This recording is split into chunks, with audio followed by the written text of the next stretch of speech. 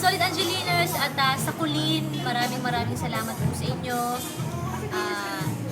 Saka sana po talagang abangan ninyo yung movie na ginagawa namin ni Coco Martin. Alam ko naman na lahat kayo excited na matapos na yun at mapapanood nyo na.